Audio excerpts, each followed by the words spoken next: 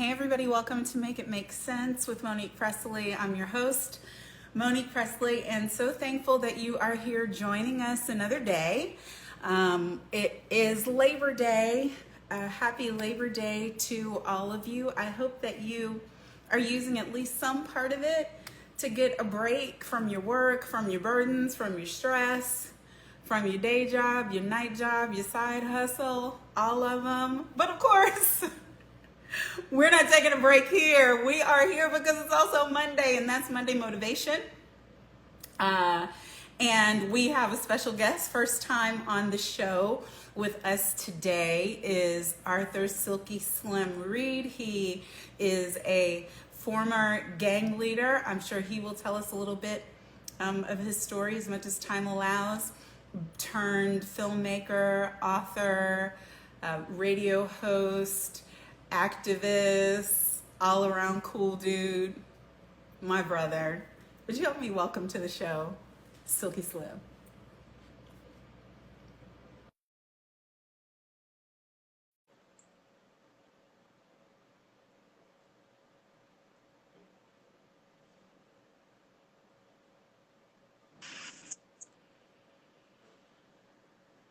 How are you? Can you hear? Yes, I can hear you. I can't hear you that well. You can't hear me? Okay, go up a little louder. All right, there you go. Can you hear me now? I can. Hi, Silk. Hey, Monique. You know, I was laughing at this when my team sent me, oh, we got Monique Pressley. You have to friend her. I'm like, they must don't know I know Monique. I'm like, I looked at it. I looked at it when my producer said it, and I didn't say anything either. I was like, "Oh, okay." yeah. That's the way we doing things now. So we go through our people. You talk to your people. Talk to my people. We can't. I mean, was I even invited to the film premiere? I'm just trying to understand what lane we in. Actually, though, I want to say, Monique, October 5th or 6th, it will be in your city, so I will be calling you so you can hang out with me, definitely. Okay. On the 5th, yeah, we're doing DC and Baltimore back to back, so it's going to be that weekend. So yeah, definitely you'll get a chance to see the film, most definitely. Yeah, definitely. Okay. And still, if you got a mic, turn it up a little bit. I can hear you, but not. I would like it to be a little bit louder. All right, what Just about now? You can hear me? yeah, Okay. yeah. You just have to talk loud like you do when you get up talking, fussing at people, preaching. I was saying, I was like, not only do Monique know me personally, she's been under my security rim before, so she knows the work that I do. We've worked together on several cases, so yeah, Do I it is what. know? Wow, do I know? But man, so congratulations on all of it. What I feel like in seeing the work that you're doing is that it's just you walking it like you talk it. And you have a 100% authentic story and lived experience. And I've seen time and time again, yes, I've been under your security room, yes, we've been on cases, but I've also seen you get up and address thousands of people, and it comes from such a place that can't be fooled. Like, people know the difference.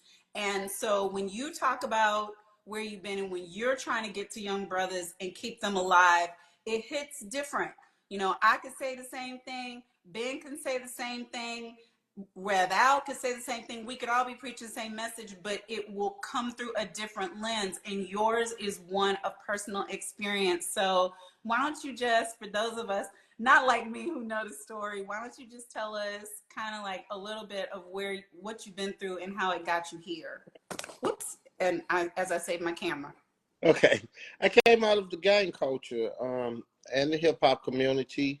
I've done prison sentences and just turned my life around. Not selfly turn my life around. A lot of people think that, oh, God turned my life around, because I was very comfortable in the life that I was living. I had no problem living the way that I lived, because even though I understood that I was in a hell, it was better than the hell that I growed up in. So when I had to of the streets, and I had the cars, the money, the houses. I was willing to die in that hell, definitely. And I looked at that as a way out of the hell that I grew up in. So I was very comfortable where I was.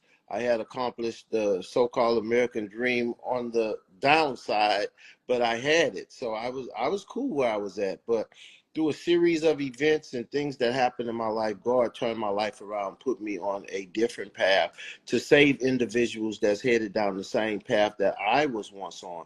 And that passion that you spoke about, when you see me trying to steer young men away from the gang culture or get them out of gangs or save them from the destruction that they find themselves in, that's because I always look at those young men as a younger me. I look at them as being myself, and I understand, and that's why I'm also passionate about when they're misused in the streets. When you see them being under the victims of police brutality, or if they're killing themselves. I've been one of the first ones to ever say that I love the Black Lives Matter movement, but we have to make it matter to Black people first, because if it doesn't matter to us, it shouldn't matter to anybody else. So I push that all the way across the board. I'm very serious about us loving us realizing the great people that we are before even trying to sell it to anybody else.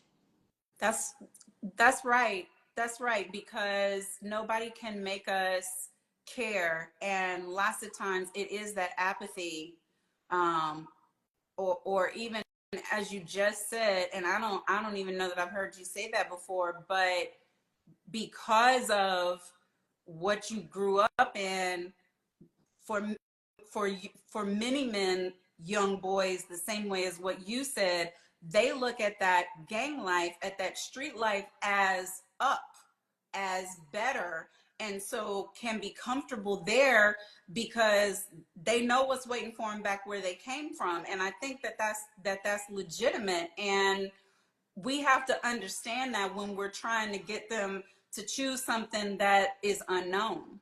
Yeah, definitely. A lot of people, I never assassinate the character of anybody that's out doing what they're doing. I understand, I embrace it, but at the same time, show them a better way.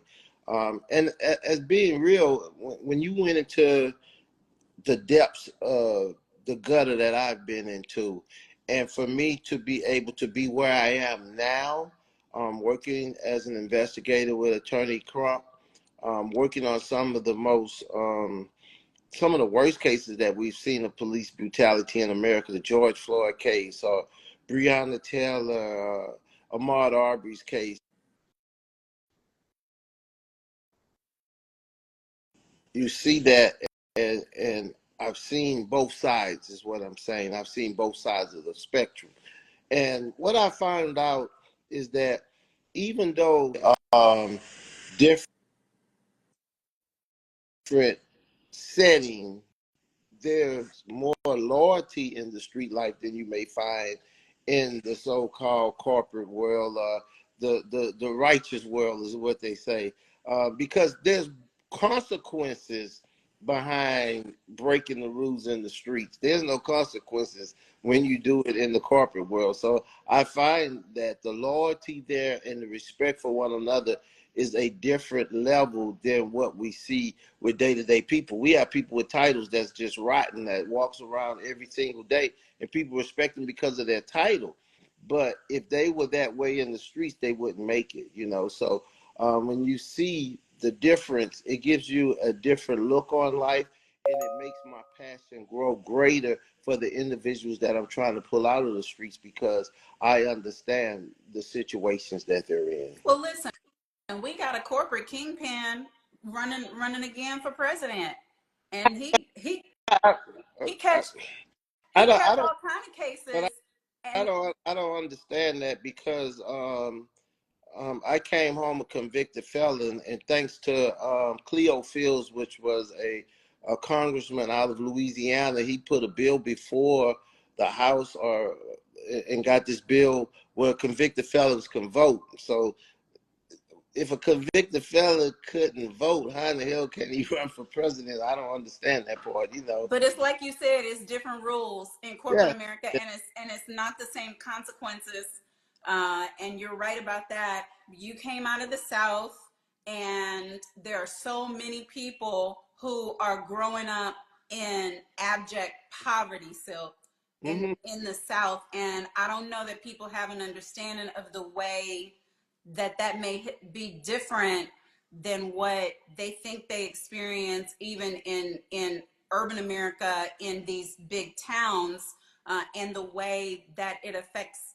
kind of the limits on what you see as what you're able to do. I'm from a small town. My parents are from are from Lake Charles, Louisiana, and the outlook on things, on what is available for you if you never leave the town, is very different. Like every opportunity, you got to go someplace else to get it. Yeah, definitely. Um, I always said I grew up real strict poverty, of course. Um, I grew up hustling, and I started hustling at a very early age. We talking 8 years old. So I when I was 8 years old, I was breaking in washing machines at LSU. And a lot of people breaking the washing machine. Yeah, each one of those washing machine trays hold $200. So if I got 5 of them, that's $1,000 I'm getting a day. So He you know what I'm saying. ain't giving y'all no ideas. It's digital now. It's But Silk that telling his that age. kind of It money, might not be no coins in you there now. think I don't about want to hear nothing about Monique and Silk that. said if Think you about need that some. having that kind of money at 9 years old. You know what I'm saying? So I was stacking money at 9 years old. And I always have said, and I still say to this very day, even in my film, that's one of the things that I push real hard. I've been a person, I would beg before I steal, but I would steal before I starve. And self-preservation was first for me. I had it to eat. My mother was on drugs. I had a young brother that I was trying to feed, and survival was the most important thing for me. And all across the board, everything that I did that was wrong, whether it was sold drugs or robbery, it was because I was trying to survive, not because I glorified the lifestyle. We live in a world today that glorifies the lifestyle, but then will critique when I come and try to save those individuals with the message that I have. Well, his message is a little strong. His method is a little raw. And this is a raw world. But when it comes Yeah. down to putting the garbage out there and the things that's poisoning the minds of the individuals, they put it out in full force. So I strictly do what I do on the grounds that I walk on and stand on everything that I present to these individuals. And the thing is that I could point to individuals whose lives I've actually saved, and they in the documentary. So they talk about if a Silky Slim wasn't around, where their life may would have been, and how they survived because of what I poured into them as a mentor. So I take what I do very serious. It's by God's will that I'm here doing what I do and making sure that I continue to go after these youth with a positive message that if I can make it out, so can you. But I never go in and tell them, oh man, what you're doing is wrong. Hey, if you got to eat, eat. But I'm going to show you a better way to eat and how you can eat on this side. We just have to have more people that's willing to work with individuals that have the X on their back or that's been in trouble and can't find a job. We have to be willing to give those individuals a second chance, because I had so many chances I just stopped counting. Yeah, you and me both. You and me both. And that's the thing that I think other is also a stigma. When people have been in legal trouble, criminal trouble, and serve time, everybody knows. And so whether they get chances or not becomes public knowledge. Whereas all of us, ain't nobody not falling short, ain't nobody not made mistakes, ain't nobody had like, but for the grace of God go I. And I think we need to look at it through that lens, because we're not that different. We all may have made different choices based on what was available to us at the time, but get hungry enough, Yeah, you get get. get desperate enough, and see what happens. So Slim, you said that it wasn't you saving yourself, it was God saving you.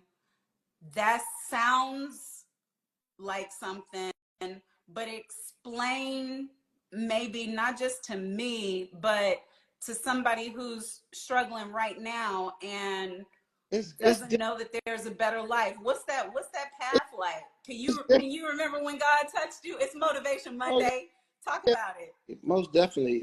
My calling came in a whole nother realm, in a realm that many people have God here, right, Yeah. on the mouth, but not much in the heart. And you tell them your story, and they be like, "Girl, he crazy. He say he heard God. I heard God talk to me. You know what I'm saying? I heard God speak things to me." And just one of the things that I didn't do in the film, Life or Death, I never talked about how many times I've been shot. I never talked about the rotten things that I did in life. I didn't talk about those things. Those things were not important to me. It was more about what God had brought me through. Yeah. In 2001, I was on a drug run from Louisiana to Los Angeles, and I've never worn a seatbelt. I was always that wild, live life free type of guy, waiting to die type of guy as well. So I didn't ever wear a seatbelt, but I heard a voice in my head, just like I'm speaking to you, tell me to look out of the window. And when I looked out of the window, it said, "Look at that sign." I looked at the sign. It was a car hiked up on a billboard, and it was all crushed up. And at the bottom, it had the words, "Everyone wore a seatbelt, everyone lived." I was like, damn. So I put my seatbelt on. That was the first time that I ever really took a seatbelt serious. And all of my friends, they got to joking and playing. Look, he's scared to die. But that sign made them put on the seatbelt. Little did they know that they were headed for death. On the way back from Los Angeles, I took the seatbelt off and laid my seat back and covered up with a blanket to get some rest. And that voice came back and said, "Put it back on, look outside." And I raised up and looked outside, and it was drizzling. I put the seatbelt back on, and I told my partner Al, who was driving the truck, I said, "Hey man, slow down, Al, it's raining. We're doing 77 miles an hour." And he was like, "Man, I got to get back and pay my damn income tax. I ain't got time to play with you." Instantly, a 18 lane switched lanes and came and hit us head on and knocked us over the side of the mountain. Everybody died except me. So that was calling. That was my call. And as soon as I got out of that truck, that voice came back and said, "I brought you out of that. Now, what are you going to do for me?" Now, people would think that you would say, "Wow, that's God talking. I'm going to do right." That ain't where I was at. I was like, "Oh, boy, I ain't got to break this bread with nobody. All this mine's now." I became more wicked thinking than anything. I was like, man, all the drugs mine. Everybody dead. So I ended up going to the funerals of my friends, and it made me very depressed to see them laying there and realize that I think I had what they call survivor's guilt. And I started feeling guilty that I had survived and they had died. And I wanted to go fishing. So I went home and I went fishing. I caught a very small fish and took the hook out of his mouth and threw him back into the water. And the fish was damaged and he just stopped flopping on top of the water, just flopping on top of the water. I started crying and praying, asking God to save the fish. And that came back and say, "Watch the glory of the Lord." And I'm waiting on the fish to go down into the water and swim off, and it doesn't. But a white bird comes and swoops the fish up out the water, and it made me so happy. I was like, whoa, I got the message. The dying fish feeds the hungry bird so it won't go to waste. Lord, that's a good one. And that same voice came back and say, "How can you have so much mercy on my smallest creature, yet go out to kill my greatest, which is man, every day?" I put my gun down that day, and I never picked my gun up to hurt an individual again in my life. So that was my call. That's how God was working with me to turn me away from what I was going through. And in my film, Monique, it deals with the trauma that so many of us carry. When I was 6 years old, my mom was in a very abusive relationship, and the person that she was with put a gun to my mom's head and was cocking it. And my mom was fighting for her life. She bit him in the chest and she punched him in the private part. She said, "Baby, get the gun, get the gun." And I ran over to get the gun out of his hands, and the gun dropped on the ground. I grabbed the gun and started running towards my grandmother's house. He told my mom, "That boy gonna hurt himself. That boy gonna hurt himself with that gun." My mom called me back, and she said, "Baby, come back." I say, "No." I tried to make it to my grandmother's house, and he ran me down and caught me and took the gun from me and put me up under his arms and started beating me on the backside. And I seen my mom from up under his arm standing in front of him, and I just knew my mom was going, "Give me my damn baby," and kiss me or something. And my mom grabbed me and beat the hell out of me. "You bring your bad ass back when grown folk." That stuck in my life, in my head forever. That my mom had showed me such harsh punishment for not listening when she had put me in the position to try to help her, which I did, and then I got punished for it. So that made me resentful of my mom for years and years and years of what had happened when I was a child. So we have to find a way to release this trauma that some of us carry. So many people carry trauma and just don't understand what it is on a daily basis. I mean, even with what I do today, dealing with so many of these families that have lost loved ones, they grief become my grief sometimes. You know, I could wake up feeling like, boy, it's going to be a great day today. And then they call crying and it brings me down. So I had to find a way to release some of this stress that I go through on a daily basis, just to try to make sure that people understand. And I see the comments that people are making. I'm always going to be transparent. I'm always going to be real. The Black Lives Matter thing with me, Monique, come from, I can remember as a youngster in the gang chasing some other gang members, and we was riding through the neighborhood, and we let off a shot, and there was an old man walking a dog, and he let his dog loose, and he ran for his house, and the dog ran in front of the car, and we swerved to keep from hitting the dog, and ran into a telephone pole. And we got out the car. Damn, man, they getting away. We're gonna go back and get them tonight, man. Damn, we had more respect for the life of a dog than we did our own black brother, you know, and that hurts me today when I think about that, how we respected the life of that dog before we respected the life of the individuals that we were trying to go and kill.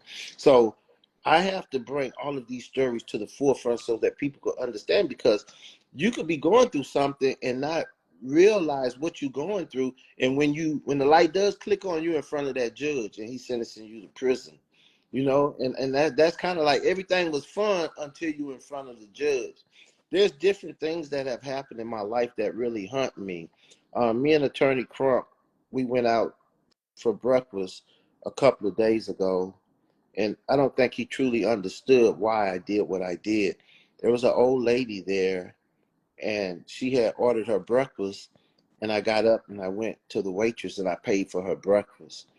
And I'll go in grocery stores and I'll pay for older people's whatever, if groceries, I don't care how much it is, I just pay for it. There's a demon that I always try to kill. When I was a young child, uh, me and a group of individuals was joining the gang, right? And we went out and hunting, and we was about to snatch somebody's purse. We seen the old white lady walking with her purse. We were like, oh man, the people lock our behind up. And we seen the old black lady, and we snatched her purse, and she held on to that damn purse like it was all she had, which it probably was all she had. And when we snatched that purse, she screamed and hollered. And that haunts me so much in my life until anytime I see elder people, I try to make sure that I can't repay her, but just in my general spirit of trying to do us right, I always try to bless others for what I've done at an early age in survival mode, you know? So there's a lot of things that I have to deal with on a daily basis that people just don't understand, you know? My cousin was a gang leader as well. Unfortunately, his gang was a rival of my gang. I got picked up on the gang sweep, and my gang ended up killing my cousin. And that's my mother's brother's child.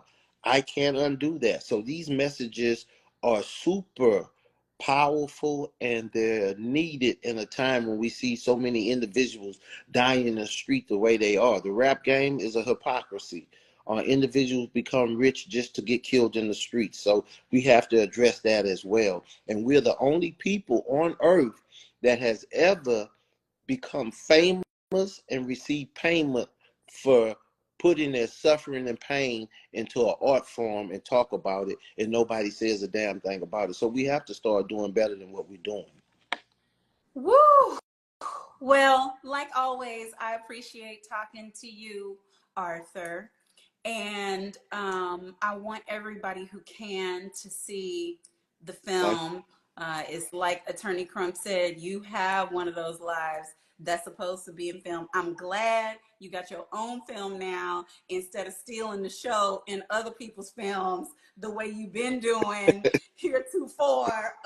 You done already been through a few premieres you. Yeah, from your starring role in our brother's film. and it necessarily deserved you having your own moment, because people are going to be changed, people are going to be saved, people are going to choose better lives because you're honest, as the people in the chat have been saying, you're transparent. And repentance comes over time, and I think some people want to turn from their life, and they take the scripture literally as if you cast it in the sea of forgetfulness and then you never think about it again. No, I think God allows for those reminders, Mhm. not for personal torment, but so that we continue to do what we promise. He asked you that question, what you gonna do for me? He's asked me a similar question a couple of times, and that's what sticks with me. This life ain't about nothing if people don't remember what I did for God while I was here. And that's So be I powerful. believe. Tell me. You definitely have to be powerful in spreading that message. For your audience, I was in prison. I'm fighting a life sentence, and I went to get up off the bed. I couldn't get up off the bed, and I was going through this vision-like experience where God showed me all type of famous people. And I thought I was going to go home and make an album and blow up and become famous. That didn't happen. But recently, I walked into the office and I looked up on the wall at my aunt's house, and I seen all of these pictures of me and these famous people, and it reminded me of my vision. And I thanked God. I was like, oh, it wasn't that you was gonna make me a star. You took me amongst all the stars, God. I got it. And I was like, nah, nah, nah. God was like, nah. The only reason that you're not a star is that you never see yourself in the picture. You have to see yourself in the picture. So many of us always marvel over other people's greatness and never search for our own. Yeah. We have to look for our own greatness. Everybody has something in them that makes them unique from anybody else. You just have to dig down inside. Everything that's valuable has always been hidden. Diamonds, gold, oil, it's all been hidden. So you have to dig deep within yourself to find your greatness and to work on that and motivate yourself to keep moving, Monique. That's just, that's the way life is. Well, we're gonna post. Let us know. I know it's gonna be here in October. I'll be home. I'll be in H Town soon. So of course I'm gonna let you know about that. But I'm gonna end with a story because to me this reminds me of you. Well, it's two stories in one. But I don't know if you remember when we were in Texas City that time and we were investigating at the scene of the police involved killing Hmm. um, of a young man. And, we were walking to where he first got shot, where he went into the driveway, where he ultimately bled out and died, where his girlfriend was screaming. And we had family members showing us everything that happened. But I don't know if you remember, Silk, we were over by where the car was, and I was like, that's a bullet. Is that a bullet that the crime scene didn't find? And you were like, Monique, that bullet could be from anything, Hmm. right? I mean, they shooting up on these streets all the time. And I Hmm. was like, well, I'm taking the bullet. Yeah, So, so Joshua. The young man name was Joshua. I remember that like yesterday. Joshua Peace. Yes. And so I pick up dumb butt, like I mean like I'm just going home with it, not thinking of the fact that I've got to go to an Yeah. airport.